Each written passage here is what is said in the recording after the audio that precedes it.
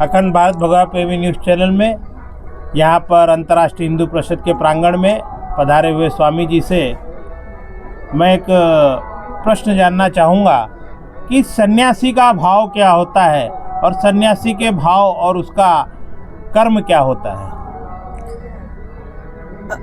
जय श्री मक्केश्वर महादेव की जय।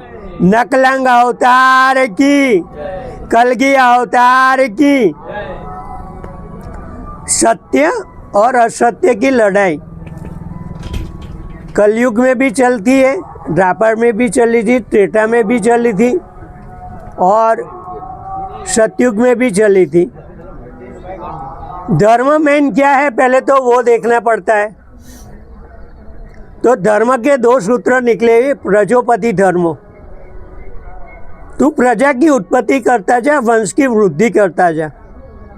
और दूसरा धर्म आता है वसुधैव कुटुंबकम, यानी पूरा विश्व तो कुटुंब है, लेकिन सबसे पहले अपने कुटुंब को देखना पड़ता है। यानी कि आपके जो सच्चे भगवान बोलते हैं वो माँ बाप है। जो गणपति जी ने भी माँ बाप के फेरे लगाए थे चारों। और भोलेनाथ के मंदिर में जाओगे तो वहाँ पूरा परिवार मिलेगा, कहीं और आपको परिवार नहीं मिलेगा। यानी कि आपका जो भी बच्चा है उसका लालन पालन कीजिए, माता पिता की सेवा कीजिए और पत्नी का श्रृंगार कीजिए, उसी में सफल होंगे। और उसकी राय हमेशा सन्यासी देते हैं। और जो भी है संरक्षण मेन जरूरी है। हमारे सभी देवी देवता के हाथ में हथियार और अस्त्र शस्त्र है, तो सन्यासी है मेन पावर है। जब माँ अपने बच्चों को 4 साल तक दूध पिलाती थी, उसके बाद में सन्यासी आके अपने आश्रम में ले जाता था और वहाँ शिक्षा प्रदान करता था, बच्चे को पढ़ाता था। और पढ़ाई करने के बाद में वो बच्चा कमाई करने के बाद में गुरुकुल को दक्षिणा दान देता था। यानी कि मेन सन्यासी का धर्म गुरुकुल चलाना है। गुरुकुल से हम बिछड़ गए हैं, गवर्नमेंट ने हमसे वो सन्यास धर्म का मेन गुरुपद था वो छीन लिया है। सन्यासी को 64 विद्याओं में पारंगत थे, शस्त्र से लेके शास्त्र। राजा को भी जो तैयार कर सके, पूरी फौज को तैयार कर सके, वो सन्यासी है।